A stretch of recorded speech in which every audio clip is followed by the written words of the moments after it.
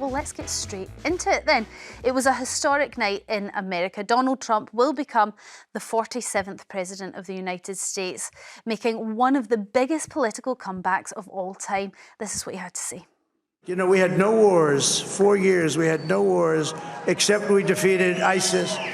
We defeated ISIS in record time, but we had no wars. They said, he will start a war. I'm not going to start a war. I'm going to stop wars.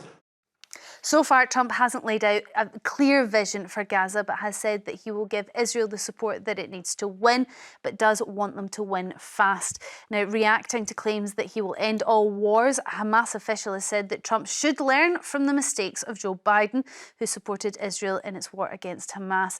Now, on the Russia-Ukraine war, Trump has previously said that he wants a quick end to the conflict after placing blame on President Zelensky for Russia's invasion of his country. So with Trump in the White House, will he end all wars? Will the world be a safer place? We want to know what you think on this. 0207 862 2222 is the number for your view. Carole, what do you think? I think the world will be a safer place. I think it was a safer place under him before, and I think it will be now. You know, forget the rhetoric, forget the fact that I heard someone on Jeremy's show today called him a sexist bully. Forget that. There's a much bigger picture here, and the bigger picture is the world. And I think that Ukraine would never have been invaded by Putin if Trump had been in power. Why? Is this the mad dog theory? Because I think Putin has a bizarre kind of respect for Trump. He's the kind of guy you don't know what he's ever going to do. He doesn't. He's not a diplomat. He doesn't care what other people think. He will just do what he thinks is the right thing. And I think Putin fears him probably more than he fears any other. I can call him a world leader again now. More than he fears any other world leader. He certainly wasn't scared of Biden, and he absolutely wasn't scared of Kamala Harris. So I think, this guy deals very well, whether you like him or not. I don't like a lot of the things he does and says. However, he deals with authoritarian regimes very well, with China, with Russia, with Iran, with North Korea. He was one of the first world leaders ever to go into North Korea. And since then, we've barely heard a peep out of Kim Jong-un. So I think the world now needs a very strong president. I think he's a very strong politician. I think you look at and I'm looking at the scale of the win here. I really thought he might lose by a whisker, and I'm astonished at the win, which tells me this is democracy. It's the popular vote in action, because he has won the popular vote. There's a very interesting piece in one of the papers today. A guy called Tim Stanley said a friend of his who was in America, who's been a lifelong Democrat, sent him a photograph of a roast chicken today. Not a roast chicken, a frozen chicken, and said, a year ago, this chicken cost $10. Today, it costs $20. I can't afford to vote Democrat anymore. And I think that is the problem with a lot of Americans. The economy is the big thing for them, and under Trump, it would be better. OK, but that's domestic policy. What we're talking about is Trump's foreign policy. Yes, and what's your thoughts on that, Andy? We mustn't forget that war did almost break out with Iran, and Trump's jingoism and his rhetoric and the way he dealt with North Korea was extremely dangerous. We were frightened, and let's not forget that emotion. Nothing happened. To have this president in control of the world's greatest superpower. We have here a country that accounts for 25% of GDP, that it has more spent on its military than 8 other countries combined, the next closest countries. Putin's going to be very, very pleased to have his puppet president back in place, who's going to appease him. And that's the rhetoric we need to use here, that Trump doesn't square up to these leaders, he appeases them. And Putin will be very pleased to hear that the president's going to come in and stop this war. How's he going to stop the war? He's going to stop the war by saying to President Putin, it's OK, you can keep what you've taken. No, he's not. That's not. And the message will go worldwide. For you to say that Trump appeases authoritarian regimes this time, that's what Biden has spent the last 8 years doing. Well, he's been funding the war in Ukraine and supporting the Ukrainians to defend their borders. And the talk was it was going to stop. Other leaders around the world be emboldened to see that it's possible to roll tanks over the borders of another country, and then the President of the United States is going to say, I'm going to sort this out. Actually, let's stop the war.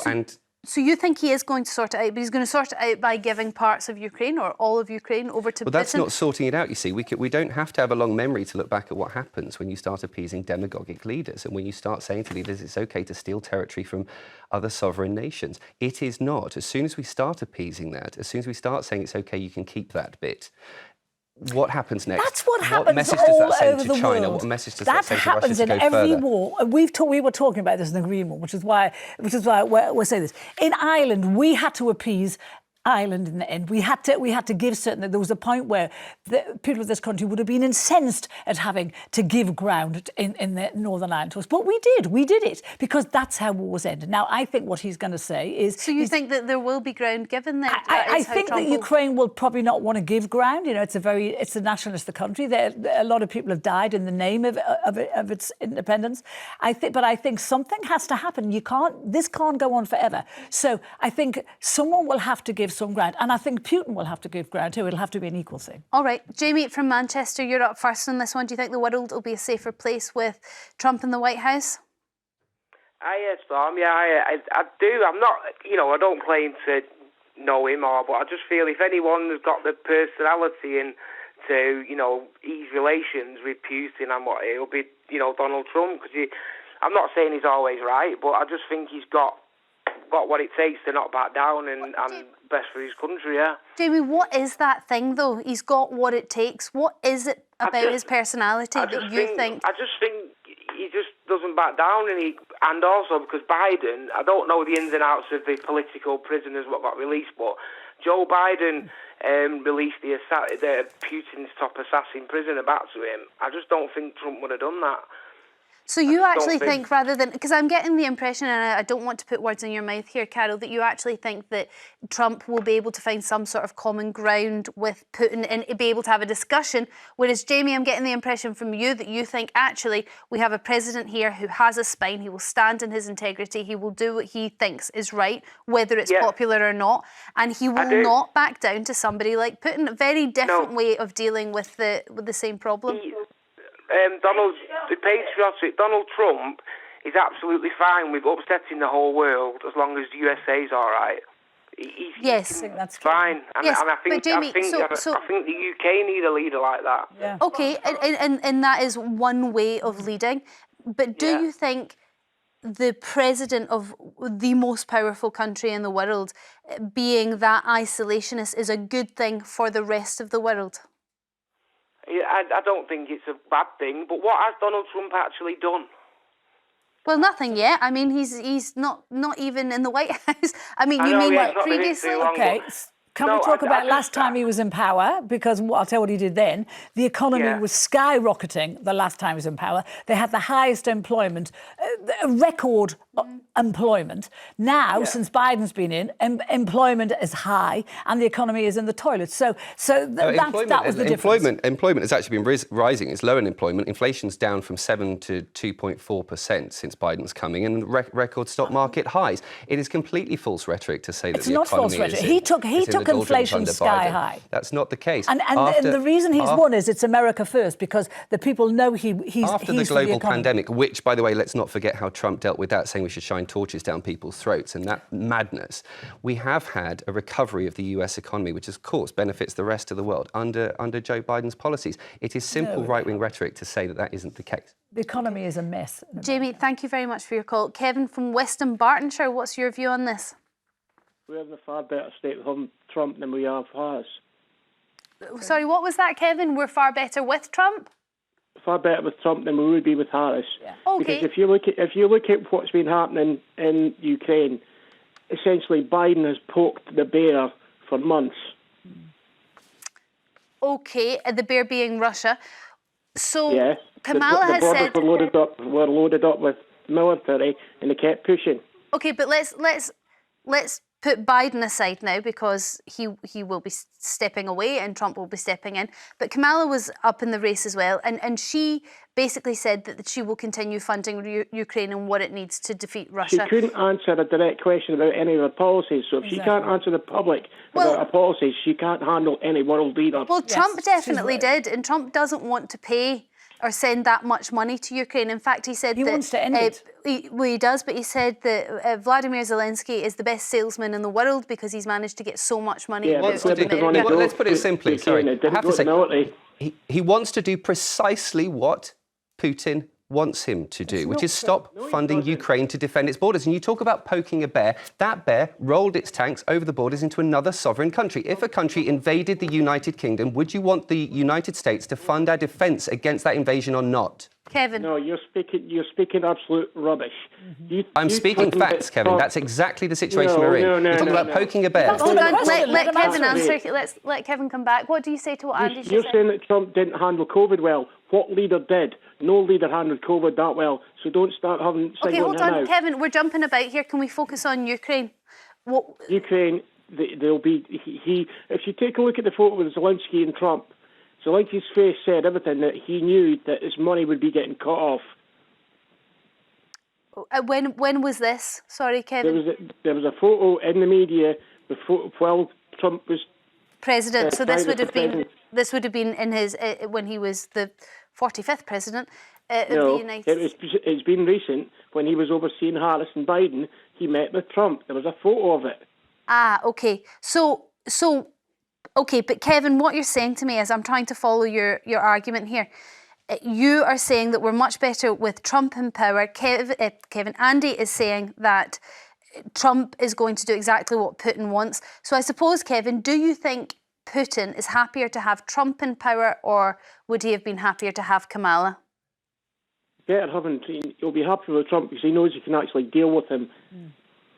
Okay. Exactly. Well, if you want a president of the United States that makes Vladimir Putin happy, then good luck to you. That's not what he's saying. Stop putting words into his mouth. That's precisely what he just said. We're talking... Wars have to be settled, and both sides have to give something. That's how historically it works. I don't believe, and nor did Winston Churchill believe, by the way, that you negotiate with fascist dictators. Okay. So what would you rather have? That the people of Ukraine are slaughtered for the next 10 years? Put it another way. You talk about him is standing razed up to the ground. You talk about him standing up to countries. What about China? What is he doing for Japan? Okay. No support for Japan. What about Taiwan? No support for Taiwan. Do you know what America did? No support for the Philippines. He does not have a backbone. Do you want to know what Biden's administration did with China this year? They went and met with them. They sent their finance secretary to China to suck up to them to do deals. That is not how it should work. You're talking about authoritarian regimes. You're saying that things are done through negotiation and both parties giving a little. Well, that takes a conversation. So on the one hand, you're saying it's terrible that Biden went over and had a negotiation with China, but on the other hand, you're saying it will be great when Trump can have a conversation with sucking up to China, which is what was happening financially, sucking up and doing deals with them. Some people will argue that Trump has in the past sucked up to Putin,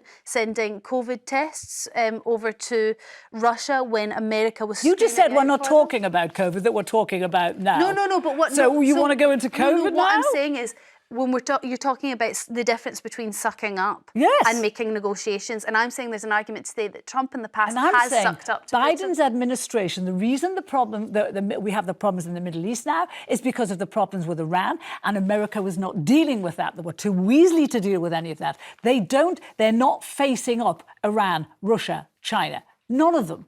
And I believe that his administration will. Kevin, thank you very much for your call. Sandy from Essex, do you feel safer now that Trump is in the White House? No, I don't think anyone's safe while Trump is in the White House. Why do you say that?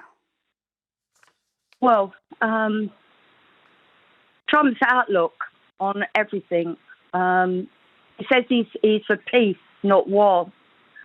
But he's already said that we are harbouring terrorists here in the UK. He sees us as a terrorist nation, really. We are harbouring terrorists in the UK. He's got a problem with Muslim community, okay? Well, he racist. He did put a ban on Muslims coming in and out of America when he was president, which was very unpopular. But OK, so you could probably say that. OK, I can say that. The other thing is, he has got no support for Zelensky at all. He doesn't support Zelensky. Sorry?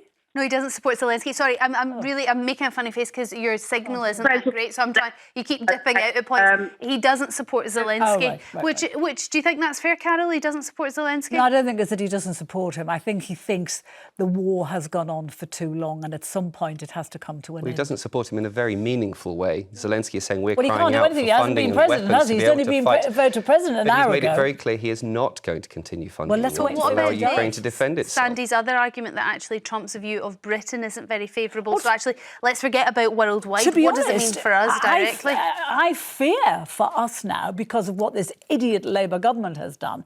The thing recently where they sent people over to campaign on Harris's behalf, that was a lunatic move. We have a foreign secretary who actually called him a neo-Nazi sociopath, a woman hater, a Ku Klux Klan supporter, and Trump is now threatening to sue us for election interference. So our special relationship, this Labour government has actually trashed in the space of a few months. So I fear how he's going to deal with us because, you know, we have always had a good relationship with America. Difficult position Thanks for anyone to this government, politician to be put into, Carole, isn't it? When Sorry? Difficult position for a politician to be put into, where they either have to lick the shoes of No.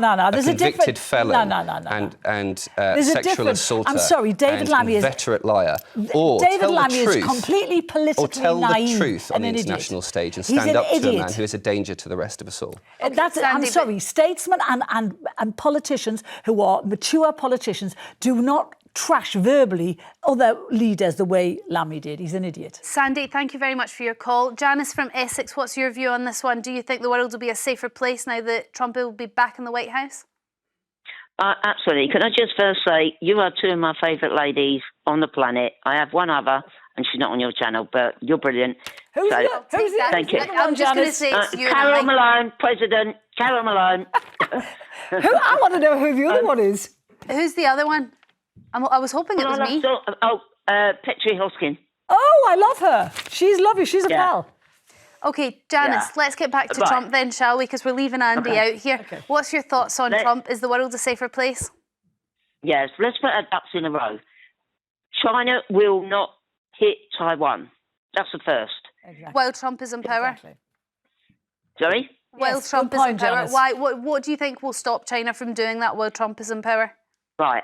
America has been weak for 4 years, and all the countries are looking at them as they're weak. Yeah. Trump will come in. Look, he sorted out Mr. Rocket Man.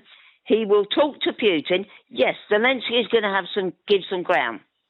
My worry is a little bit about Gaza, but he will calm down Iran. Yeah. Well, far be it from me to question. I know I'm not one of Janice's three favourite women, but far be it from me to question your global, super global political analysis. But Trump has said he won't support Taiwan. He's intimated he's not there to support Taiwan. I mean, that is open then for China to march in, just as Putin has done in Ukraine. You know, it's a green card. It's like, off you go, mate. Take Taiwan. I'm not going to put the American military. What's your concerns, Janice, when it comes to Gaza? Then you said that you're a little bit concerned about. Can I just say, he told Putin to take the whole of Europe. I don't believe he means that. Look, if you listen to Trump, he comes out with a lot of nonsense. Yeah. But he loves his country. Well, and the one thing maybe Starmer can learn off him, to love your country. OK, but Janice, shouldn't a leader say what they mean and mean what they say? Because how is he going to be signalling to other countries his intentions and what he will do if they do certain things? Well, if you're saying that, then you've got to pull Ed Miliband up for his nonsense, and then you've got to pull Lammy up, then you've got to pull Reeves up. Well, if we're talking about our politicians, maybe all of them. Tells the truth. Maybe Janice is spot on. You know, you're so good. Everything you've said so far is really good, and she's right. He should learn from Starmer. Should learn from him. All right, Janice. Thank you very much for your call. Thanks for all your calls on this. We're going to be taking more of them after the break. Will the world be a safer place with Trump as president? Can he end all wars? Now, I want more of your calls on this. Will the world be a safer place with Trump in the White House? Do you believe his claims that he can end all wars, or do you actually think it's all going to get a little worse? 0207 862 2222 is the number to give us a ring, and ring you have, which is fabulous. We're going to speak to Norman now from North Ayrshire. What's your view when it comes to Trump? Is he going to make the world a safer place? Most certainly not. He's the most ignorant man I've ever seen on the television. Putin is more evil. He's really evil. He's bombed the Ukrainian people for 2 years, civilians, and previous to that, he bombed Syria, hospitals, and nothing. The red line was crossed, and he keeps going on doing it. Abraham Lincoln must be turning in his grave to have a president like him. Okay, Norman, we get Putin bombing Ukraine, not good, bad guy. What's that got to do with Trump? Do you think Trump is... what's the connection you're making there? He'll suck up to him. He did it in North Korea as well. So you think Trump's... Because that was one of Carole's issues, was Carole wants a president that's going to have a negotiation with someone like Putin and be able to match them equally, not suck up to them. But you actually think that Trump will do the exact opposite. Can I just clarify that by saying that it's not I think they'll be great mates. I think Putin thinks that Trump is capable of doing anything. And I think Putin will be terrified of what... The unpredictability of Trump. Exactly. Okay. Do you agree with that, Norman? No, he's a bluffer. He bluffed that imbecile in North Korea as well, and he shut up for He's a good bluffer, Norman. Oh, listen. What's North Korea doing now? They're back to normal. What did he do? But Biden's still president. So the response from Trump will be they won't be up to their shenanigans once he gets in the White House. You're talking about Syria, Norman. Obama was in power when Syria was getting bombed originally. So please, he was no better. He did nothing. A red line was crossed and Obama did nothing. So when Trump says that he's going to be able to end wars and end wars quickly, I mean, he also talks about the pace he wants these wars to end. What's your thoughts on that, Norman? I can't understand. Some of these dictators, they don't, talking to them was a waste of time. Talking to them, Iran's the same. What's he going to go nip out to Iran and talk and tell them stop bombing Israel? There's no way. Okay, so he's not going to do that. I mean, Trump has made it pretty clear that he and his mate Netanyahu are going to pretty much fund a US anti-Muslim war in the Middle East, and that's extremely dangerous for the rest of the world. The Middle East situation has gone bad under Biden. Because of Iran and because no one is fronting up Iran, the situation in the Middle East has got as bad as it is. So do you believe then that Hamas wouldn't have committed the October the 7th atrocities had Trump been in power?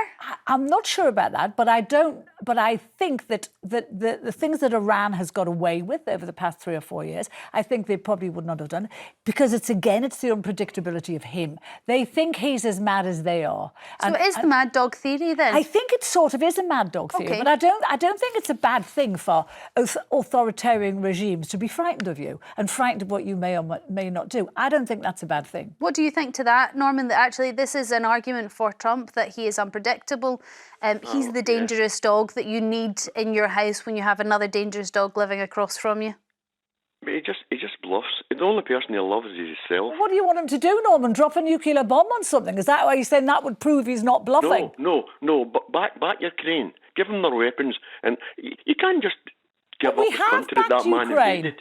We've all backed Ukraine. The world has, and they're still getting slaughtered. Well, they're holding off the Russian forces, which is no mean feat, and it's extraordinary. They wouldn't have been able to do that without the support of the United States. I can hear the laughter echoing from the Kremlin at the suggestion that Vladimir Putin is in any way fearful of Donald Trump. He laughs at Donald Trump. Vladimir Putin is evil. How do you know that? However, he's a clever man. He's an extremely intelligent individual. How do you know he laughs at Donald Trump? Because this is precisely what he wants, Carole. What do you think Vladimir Putin wants? He wants the defunding of the Ukrainian military. Norman, thank you very much for your call. Pat from Merseyside, what's your thoughts on this? Hello, Storm. Good morning and congratulations on the latest news. Good morning, pal. Well, I'm an older person and I've seen many leaders. And he puts them very erratic. Pat, sorry, your signal's really bad. We're going to call you back. But in the meantime, Carole, what about Trump's comments that he says that he's going to leave NATO if people don't start contributing enough money? So this is a bluff as well, you think? No, that was just a stupid thing. That's what I've been trying to say this all morning, that just don't listen to the rhetoric. Look at the actions. Look at what happens when he does something or when he gets involved with something. Don't listen to the rhetoric, don't you? The thing we said, they're eating the pets recently. I mean, that's nonsense. Carole, we all know that's nonsense. What a world to live in. Am I living in a world where the President of the United States, we have to ignore him when he is, to use your words, mad and crazy? I don't want to live in a world where the President is mad and crazy. We're living in a world now... that out and say, well, maybe he doesn't need it. We're living in a country now where this government has lied to us from before it got elected and ever since. So that's the kind of world you're living in now, where you get told one thing and another thing happens. I want to live in a world where a politician is honest and decent and respects women and doesn't judge people on the colour of their skin. in. this country. Arguably, people will say that sometimes when Trump says things, even if he doesn't necessarily mean them, they lead to catastrophic consequences. I'm thinking of the Capitol riots, that actually you can't have a president that just says whatever he thinks, even if and not think about the consequences to those actions. Well, we have got a president now who says things.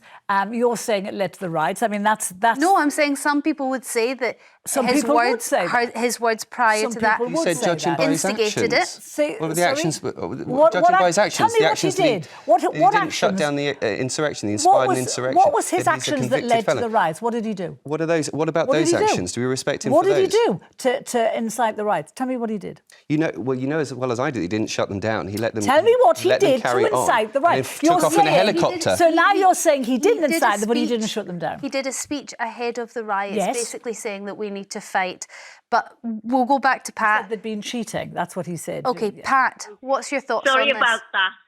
That's all right. That's fine. Technology gets us sometimes. Good morning. Hello, Pat. Well, I still think he's a rather a dangerous man to be in such a high position. He reminds me of a power seeker and a dictator, and I'm sorry for the world at the moment. Okay, but even if you a dictator, I think Pat said, but even if all of that might be true, that we have a sort of mad dog in the White House, a lot of people think that is the best case scenario. We heard earlier, I think it was Paula say that she had heard one of the voters say that, you know, he wanted a bully in the White House. He wanted somebody that was going to get something done. He wanted somebody that people were going to be scared of. And maybe that's what we need at the moment, Pat. But he hasn't got the moral values to be a president. And also the Conservative Party of this country will be clapping their hands. And Putin will be clapping his hands too today and celebrating with a vodka, I'm sure. It's interesting, Pat says he hasn't got the moral values. A huge majority of the American people think he has. That's democracy, Pat. That's how it works. And, you know... That's terrifying. No, it's not terrifying. That's democracy. And they don't think of him like you think of him. Maybe they know more about him than we do. Okay. But they've just voted him into power by a huge majority. All right, we got loads of calls in that, and we'll probably still get loads of calls on that, but we are going to have to move on.